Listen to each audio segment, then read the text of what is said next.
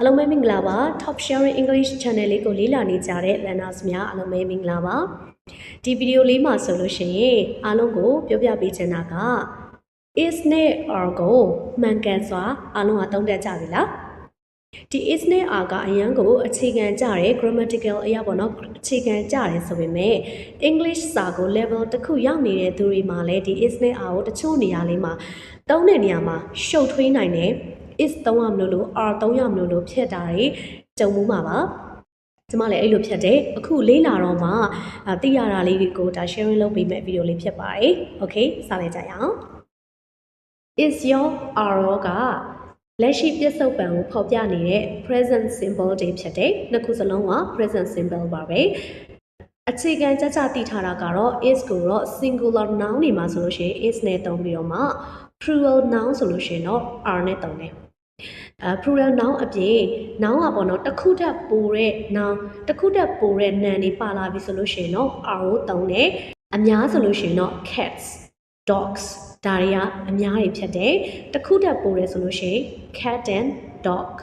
ဒီမှာဆိုလို့ရှိရင်နှစ်ခုဖြစ်သွားပြီဒီလိုနေရာကိုဒါတစ်ခုတည်းပိုတဲ့ noun တွေလို့ခေါ်တာပေါ့နော်ဒီလိုမျိုးအများကိန်းတွေတစ်ခုတည်းပိုတဲ့ noun တွေမှာဆိုလို့ရှိရင်တော့ are ကိုသုံးတယ် singular noun တွေဖြစ်တဲ့ he she it စသဖြင့်ပေါ့နော်ဒီလိုမျိုးsingular noun တွေမှာဆိုလို့ရှိရင်တော့ is ကိုသုံးတယ်ကြည့်လိုက်အောင် the dog is eating food the dog is eating food ခွေးဟာအစာစားနေတယ် the dog က singular noun ဖြစ်တယ်အဲ့ဒါကြောင့်မလို့ is နဲ့သုံးတယ် the cat is very cute the cat ကြောင်ဟာချစ်စရာအရန်ကောင်းတယ်ကြောင်လေးကချစ်စရာအရန်ကောင်းတယ်ဒီနေရာမှာ the cat က singular noun ဖြစ်တယ်noun ကတစ်ခုလေးပေါ့နော် noun တစ်ခုလေးဖြစ်တဲ့အတွက်ကြောင့်မလို့ is နဲ့သုံးတယ် the bird is flying ငှက်ဟာပြန်တန်းနေတယ် the bird is flying the bird ကလည်း singular noun ဖြစ်တယ်အဲ့အတွက်ကြောင့်မလို့ is နဲ့သုံးတယ်ဒါကတော့အရင်ကိုရိုးရှင်းပါတယ်ကြည့်ဒါဆိုရင် are နဲ့သုံးကြည့်အောင် the dogs are eating their foodခွေးတွေဟာသူတို့ရဲ့အစားအစာတွေကိုစားနေကြတယ် the dogs က plural noun ဖြစ်လို့အများပေါ့နော်နာမ်အများဖြစ်တဲ့အတွက်ကြောင့်မလို့ are နဲ့သုံးတယ် the cats are very cute ကြောင်တွေဟာအရင်ကိုချစ်စရာကောင်းတယ်ကြောင်များဟာဒီမှာလဲ the cats က plural noun ဖြစ်တဲ့အတွက်ကြောင့်မလို့ are နဲ့သုံးတယ် the birds are flying ငှက်တွေကပြန်နေကြတယ်ဟုတ်ပြီဒါ plural noun နေမှာဆိုလို့ရှိရင် are နဲ့သုံးတာဒါလည်းအရင်ရိုးရှင်းတယ်အတကယ်ကိုအခြေခံကြတဲ့ is နဲ့ are ရဲ့အသုံးလေးဖြစ်တယ်အဲဒီတော့နောက်ထပ် noun တစ်ခုတည်းပိုတဲ့အခါဒီမှာလည်း are ကိုသုံးတယ်ဘယ်လိုနေရာတွေလဲဆိုတော့ the cat and the dog are eating food ခွေးနဲ့ကြောင်တွေဟာအစာစားနေကြတယ် the cat and the dog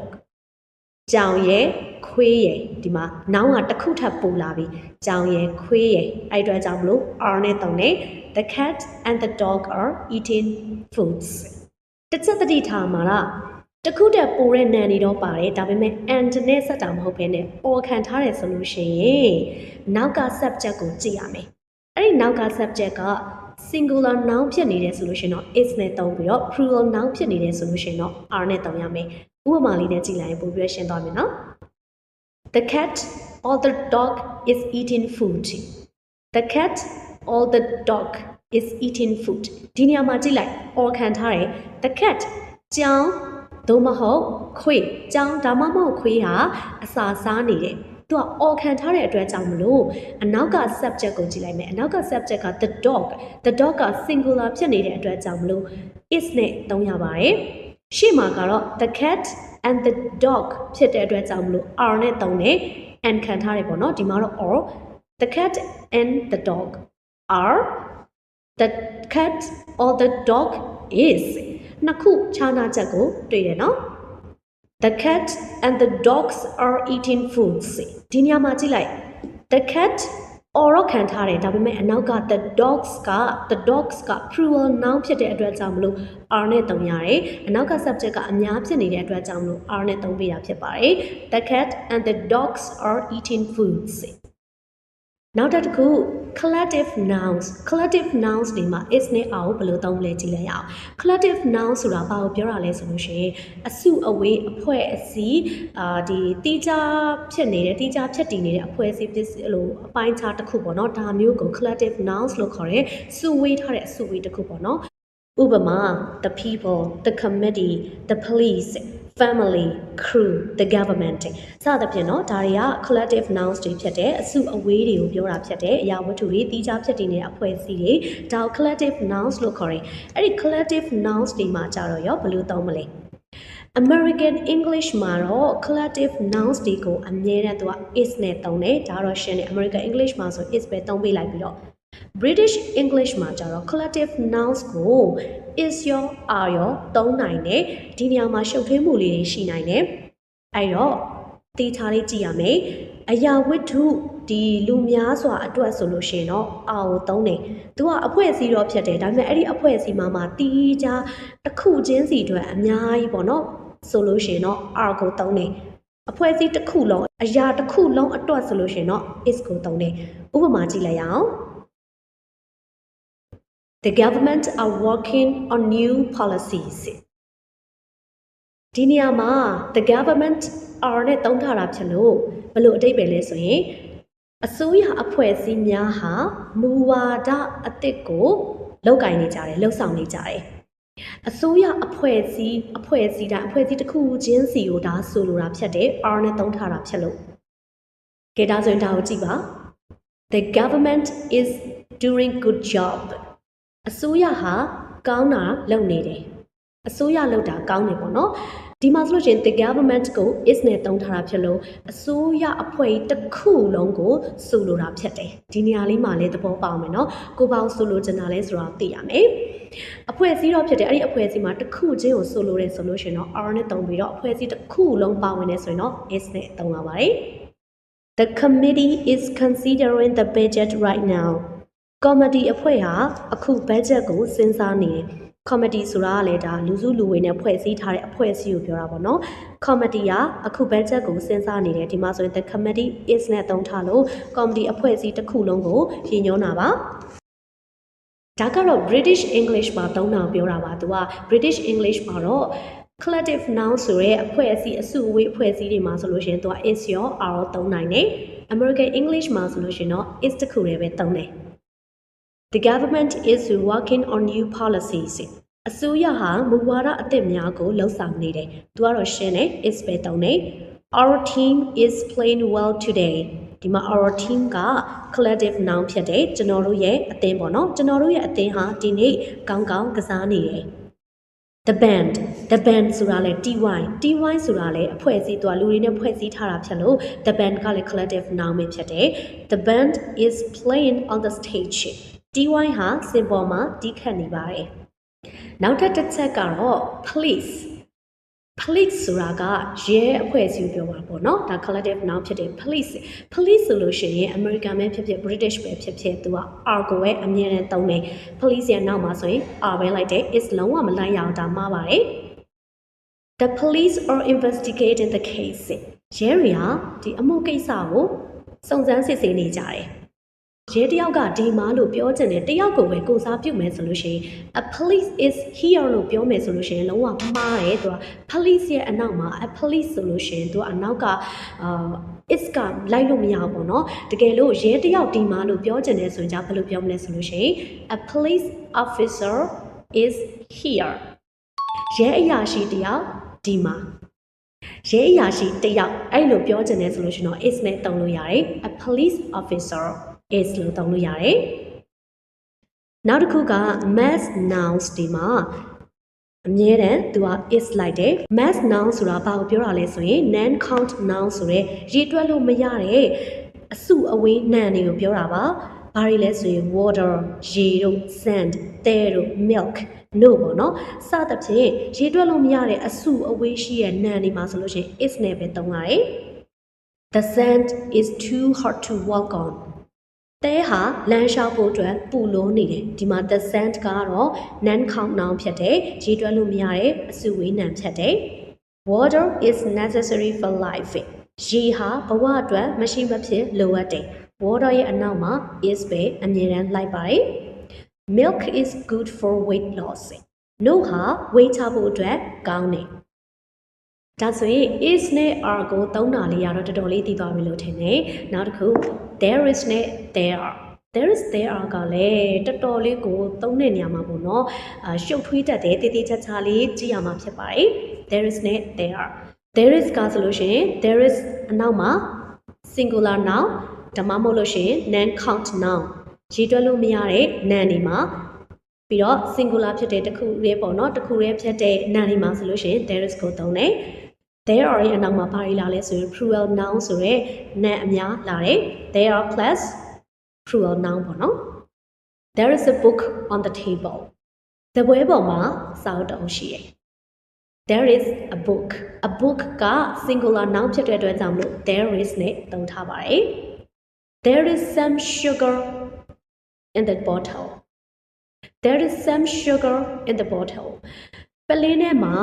တကြားအချိုးရှိတယ်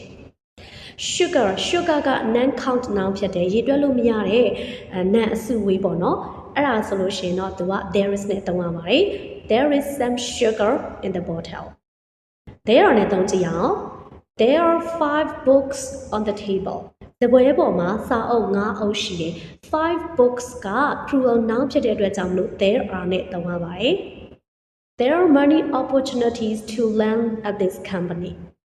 ဒီကုမ္ပဏီမှာလေ့လာဖို့ရအတွက်အခွင့်အလမ်းတွေအများကြီးရှိတယ်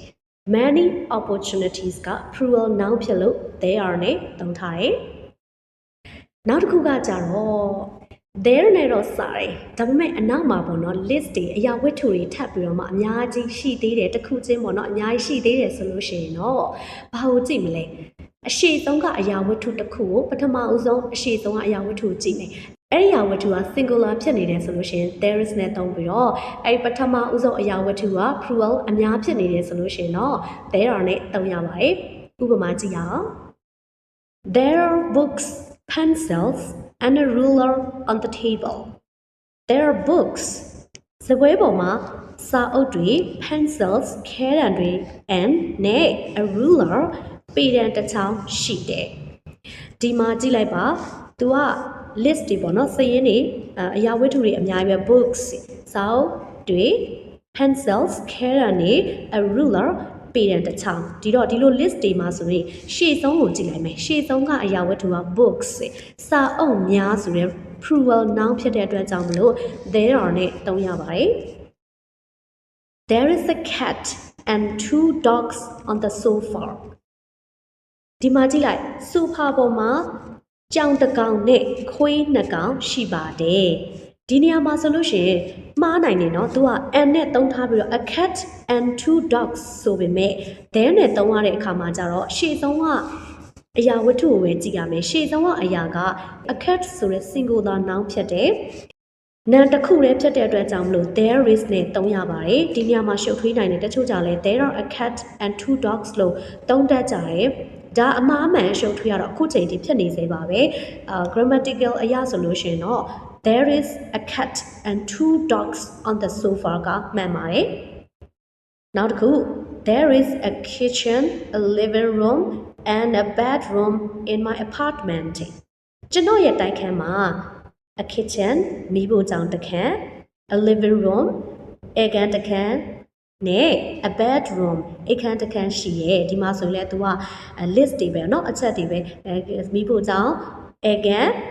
အိတ်ခမ်းပေါ့နော်ဒီလိုမျိုးအရာဝတ္ထုတွေ list လေးလိုက်ရှိလာပြီဆိုလို့ရှိရင်ရှေ့ဆုံးကအရာဝတ္ထုကိုကြည့်လိုက်မယ်ရှေ့ဆုံးကပါလေ a kitchen မီးဖိုခန်းတစ်ခန်း singular noun ဖြစ်တဲ့အတွက်ကြောင့်မလို့ there is နဲ့သုံးရပါတယ်ဒီကနေ့အတွက်နောက်ဆုံးပြောပြပေးခြင်းနဲ့ is နဲ့ are ရဲ့အသုံးလေးပါဆိုရင် everyone everybody anybody anyone စတဲ့စကားလုံးတွေရဲ့နောက်မှာအမြဲတမ်း is လိုက်ပါတယ် everybody is happy လူတိုင်းပျော်တယ် everyone is fishing လူအကုန်လုံးပေါ့နော် everyone ဆိုတော့အားလုံးအကုန်လုံးကငါးများနေတယ် is anybody here ဒီမှာတယောက်ယောက်ရှိသလား if anyone is interested please contact me တကယ်လို့တစုံတယောက်ယောက်စိတ်ဝင်စားမှုရှိခဲ့ဆိုရင်ကျွန်တော်ကိုဆက်သွယ်ပါ